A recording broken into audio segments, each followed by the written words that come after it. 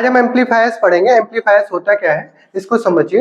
Amplifiers का मतलब क्या है ये आपको पता होना चाहिए, और एम्पलीफिकेशन की प्रोसेस क्या होती है ये भी आपको पता होना चाहिए। ट्रांजिस्टर जो होते हैं, ठीक है, ट्रांजिस्टर 3 टर्मिनल डिवाइस होती है, इतनी बात तो हम जानते हैं। ट्रांजिस्टर के द्वारा किसी वीक सिग्नल स्ट्रेंथ को स्ट्रॉन्ग सिग्नल स्ट्रेंथ में कन्वर्ट करने की जो प्रोसेस होती है वही क्या कहलाती है, एम्पलीफिकेशन। ठीक है, वो क्या कहलाती है, एम्पलीफिकेशन। और किसी भी सर्किट के द्वारा वीक सिग्नल को स्ट्रॉन्ग सिग्नल में कन्वर्ट करना क्या कहलाता है, एम्पलीफिकेशन। और जो सर्किट इसमें यूज होते हैं वो क्या कहलाते हैं, एम्पलीफायर्स। ठीक है, इतनी बात समझ आ रही है कि एम्पलीफायर्स क्या होते हैं। एम्पलीफायर्स के द्वारा वीक सिग्नल को स्ट्रॉन्ग सिग्नल में कन्वर्ट किया जाता है। ठीक है, हमें तो अच्छे सिग्नल चाहिए, ठीक है, हम चाहते हैं कि अच्छे सिग्नल मिले और उसमें स्टेबिलिटी रहे, तो उसी के लिए हम क्या करते हैं, एम्पलीफायर्स का यूज करते हैं। ठीक है, तो ये आपको याद होना चाहिए। एम्पलीफायर्स होता क्या है, यहाँ पे हमने थोड़ा सा इसके बारे में लिखा है। A transistor can raise the strength of a weak signal and thus it acts an amplifier like a vacuum triode valve. ठीक है, यानी ट्रांजिस्टर के द्वारा हम क्या करते हैं, ट्रांजिस्टर के द्वारा हम वीक सिग्नल को स्ट्रॉन्ग सिग्नल में कन्वर्ट करने का काम करते हैं। ठीक है, ये आपको पता होना चाहिए। ठीक है, समझ आई इतनी बात। एग्जाम में आपसे ऑब्जेक्टिव में सीधे सीधे पूछेगा कि किसके द्वारा हम वीक सिग्नल को स्ट्रॉन्ग सिग्नल में कन्वर्ट करते हैं, ट्रांजिस्टर की हेल्प से। ठीक है, और उनमें से भी कॉमन इमिटर वाला जो है वो बहुत ही अच्छा माना जाता है सिग्नल को कन्वर्ट करने के लिए। ठीक है, 3 पढ़े हमने, कॉमन इमिटर, कॉमन बेस और कॉमन कलेक्टर। इनमें से भी कॉमन इमिटर वाला बहुत अच्छा माना जाता है। इसका हमने सर्किट डायग्राम भी बनाया है और इसके बारे में जो भी चीजें हैं वो भी लिखी है। ठीक है, तो अगर हम कॉमन इमिटर एम्पलीफायर का सर्किट बनाए तो कुछ इस तरह का बनेगा। ये ट्रांजिस्टर है हमारा, कौन सा है, एनपीएन, पी टू एन होता है कन्वेंशनल करंट, तो ये हमारा ट्रांजिस्टर कौन सा हो गया, एनपीएन। ट्रांजिस्टर में 3 टर्मिनल्स होते हैं, ये बात तो आपको पता है, लास्ट लेक्चर्स में बता चुके हैं। ठीक है, तो ये हमारा क्या हो गया, इमिटर टर्मिनल, ये बेस टर्मिनल और ये कलेक्टर टर्मिनल। ये इमिटर टर्मिनल पर एक रेजिस्टेंस हमारा लगा हुआ है, इसका नाम दे दीजिएगा आर ई। क्या नाम है इसका, आर ई। ये हमारा इमिटर रेजिस्टेंस है और इसमें हमारी करंट फ्लो होगी आई ई। इतनी बात समझ आ रही है आपको। और ये हमारा क्या है, बेस टर्मिनल है। इस बेस टर्मिनल से एक कैपेसिटर लगा हुआ होगा सी बी, बेस कैपेसिटर, और इसके साथ ये हमारा सीरीज में एक रेजिस्टेंस लगा हुआ है आर बी, बेस रेजिस्टेंस, और ये बैटरी लगी हुई है बीबीबी। इसके द्वारा हम क्या करेंगे, इमिटर बेस को फॉरवर्ड वाइज। ठीक है, यहाँ पर ये हमारा कौन सा टर्मिनल हो गया, पी हो गया, तो पी को किससे जोड़ दो, बैटरी के पॉजिटिव टर्मिनल से, और ये हमारा एन था, इसको नेगेटिव से जोड़ देंगे। ये इमिटर बेस हमारा कैसा हो जाएगा, फॉरवर्ड बाइस। ये बाइसिंग भी हम आपको पीछे पढ़ा चुके हैं। ठीक है, तो वो सारी वीडियोस आपको देख लेनी चाहिए, तभी आपको यहाँ पे अच्छे से समझ आएगा। पीछे की चीजें पढ़ी हुई होंगी तब चीजें यहाँ पे आप रिलेट कर पाओगे, नहीं पढ़ी हुई होंगी फिर दिक्कत होगी। ठीक है, तो ये आपको पता होना चाहिए। यहाँ पर बेस करंट क्या हो जाएगी, आई वी, यहाँ से इनपुट आएंगे, इनपुट के रूप में ये वीक सिग्नल दोगे आप इसमें, और आउटपुट में आपको स्ट्रॉन्ग सिग्नल या स्ट्रेंथ इसकी बढ़ी हुई नजर आएगी। देखो बढ़ी हुई है, ये वीक था और ये पॉजिटिव हाफ साइकिल और ये नेगेटिव हाफ साइकिल बढ़ गई, इंक्रीज हुआ। ठीक है, तो यही किया जाता है। अब यहाँ पर इनपुट वोल्टेज क्या होगा हमारा, बेस और इमिटर के बीच में वोल्टेज क्या होगा, वीबीई, बेस इमिटर वोल्टेज। इतनी बात समझ आ रही है सबको।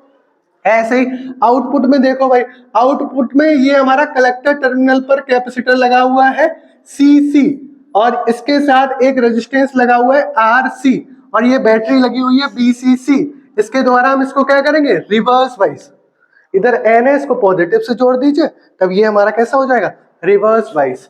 बाइसिंग आपको आती हो तभी आप यहाँ पे सर्किट अच्छे से बना सकते हो। यहाँ पर एनपीएन की जगह आप पीएनपी ट्रांजिस्टर भी ले सकते हो। यहाँ पर बैटरी के टर्मिनल्स चेंज हो जाएंगे, इतनी बात आपको समझ आनी चाहिए। ठीक है, अब यहाँ पर कलेक्टर और इमिटर के बीच में वोल्टेज क्या होगा, VCE। समझ गए, इतनी बात सबको समझ आ रही।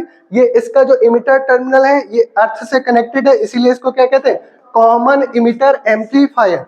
वीक सिग्नल स्ट्रेंथ यहाँ से इनपुट के रूप में आएगी और ये स्ट्रॉन्ग सिग्नल में कन्वर्ट कर देगा। ठीक है, इसमें ये प्रोसेस होगी कैपेसिटर और रेजिस्टेंस के द्वारा। ठीक है, अब यहाँ पे समझो ये हमने थोड़ा सा लिखा भी है, common emitter transistor amplifier gives the highest gain and hence it is the most commonly employed circuit. मतलब इसका बहुत ही ज्यादा उपयोग किया जाता है क्योंकि ये हमें हाईएस्ट गेन देता है, जितना हमें चाहिए होता है, जितना डिजायर होता है उतना दे देता है, ठीक है। और स्टेबल भी रहती हैं चीजें, रिजल्ट भी हमारा कैसा रहे सिग्नल का, वो स्टेबल है। स्टेबिलिटी बहुत इंपॉर्टेंट है, वरना डिस्टॉर्शन क्रिएट हो जाएगा, एम्पलीफायर्स में डिस्टॉर्शन क्रिएट हो जाता है, ठीक है। ये भी आपको पढ़ना है, ये आप पढ़ोगे 4th सेम में, डिस्टॉर्शन इन एम्पलीफायर, ये अभी भी पढ़ना है आपको, और 4th सेम में भी पढ़ोगे, और एम्पलीफायर्स के बारे में 6th सेम में भी पढ़ोगे।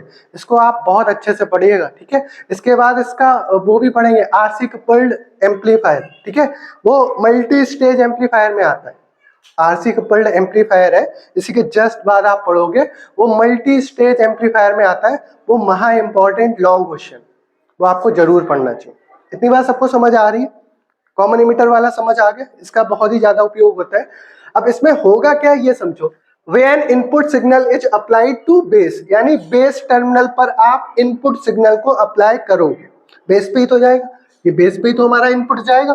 अब क्या होगा देखो, a very small change in base current provides a much larger change in collector current, यानी इस बेस करंट में थोड़ा सा चेंज होगा, उसकी वजह से जो कलेक्टर करंट है उसमें उससे ज्यादा चेंज होगा, ठीक है।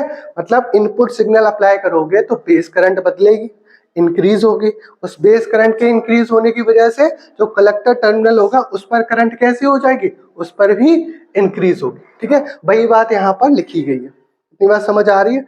अब and thus extremely large current gains are possible, इस वजह से हमें जो करंट गेन चाहिए है ज्यादा, वो प्राप्त हो सकता है या वो संभव है, ठीक है। समझ गए इतनी बात? When input signal applied, then अगर आप इनपुट सिग्नल अप्लाई करते हो तो क्या क्या होता है वो देखिए। बेस करंट IV इंक्रीज होगी, अभी बताया, बेस करंट IV इंक्रीज होगी तो आप जानते हो वोल्टेज करंट के डायरेक्टली प्रोपोर्शनल होता है, पढ़ा है, B बराबर IR पढ़ा होगा सबने।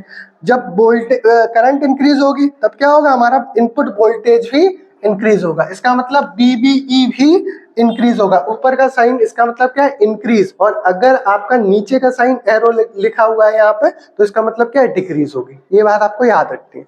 अब क्या होगा, इसके बाद क्या होगा, करंट गेन हम जानते हैं, कॉमन इमिटर कन्फिग्रेशन में हमने करंट गेन का फार्मूला पढ़ाया था, बीटा बराबर IC upon IB, output current upon में इनपुट करंट। यहाँ से अगर आप IC निकालोगे तो क्या हो जाएगा, बीटा इंटू IB, ठीक है। ये हमारी कलेक्टर करंट जो होगी वो किसके बराबर होगी, beta into IB, beta times होगी किसके, इनपुट करंट के। ये याद रखिएगा, ये भी मोस्ट इंपॉर्टेंट ऑब्जेक्टिव क्वेश्चन है कि कलेक्टर करंट कितना टाइम्स होती है, इनपुट करंट के या बेस करंट के, बीटा टाइम्स, ठीक है। और इस बीटा की वैल्यू भी आपको याद रखनी है, beta has positive values, positive values होती हैं बीटा की, and is generally greater than 20, 20 से ज्यादा होगी बीटा की वैल्यू, ठीक है। ये आपको ऑब्जेक्टिव के पर्पज से बहुत ही इंपॉर्टेंट है कि कलेक्टर करंट कितने टाइम्स होती है, बेस करंट के बीटा टाइम्स, और बीटा की वैल्यू कितनी होती है, 20 से ग्रेटर।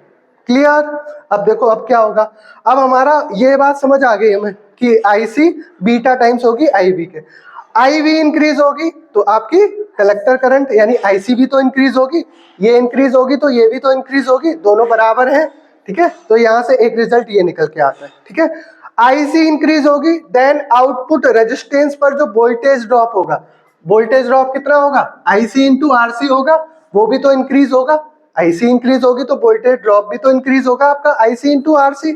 अब ये इंक्रीज होगा तब हम रिजल्ट में देखिए इक्वेशन बनेगी आपकी, BCC बराबर क्या हो जाएगा, BCC बराबर IC RC प्लस BCE, या BCC बराबर BCE प्लस IC RC, यही तो लिखेंगे हम इक्वेशन, यही तो हमारी इक्वेशन आएगी वोल्टेज की लास्ट में। अब यहाँ से ये चीज हमारी इंक्रीज हो रही है, ठीक है, तो इस वजह से ये क्या होगा, ये डिक्रीज होगा, ठीक है। तो यहाँ पे लिखोगे IC RC increase then BCE decrease होगा, ठीक है। तो इस तरह से आप किसी भी ट्रांजिस्टर की हेल्प से, चाहे कॉमन इमिटर यूज करो, चाहे कॉमन बेस यूज करो, वहां से हम किसी भी वीक सिग्नल स्ट्रेंथ को स्ट्रॉन्ग सिग्नल स्ट्रेंथ में कन्वर्ट कर सकते हैं। ये आपका मोस्ट इंपॉर्टेंट क्वेश्चन है, इसको आप बहुत अच्छे से पढ़िएगा। इसके बाद आप पढ़ोगे multi stage amplifier. Multi stage क्या होते हैं और सिंगल स्टेज क्या होते हैं, ये भी यहाँ पे समझ लीजिए।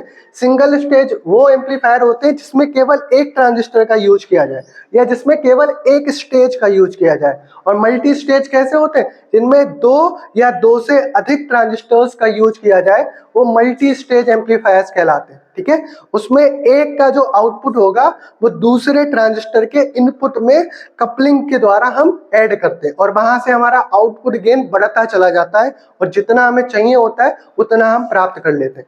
और सबसे बढ़िया जो है वो RC coupled multi stage amplifier होता है, क्योंकि वो बहुत ही सस्ता होता है, चीप होता है और बहुत ही अफोर्डेबल होता है। ठीक है, उसको आप अफोर्ड कर सकते हो।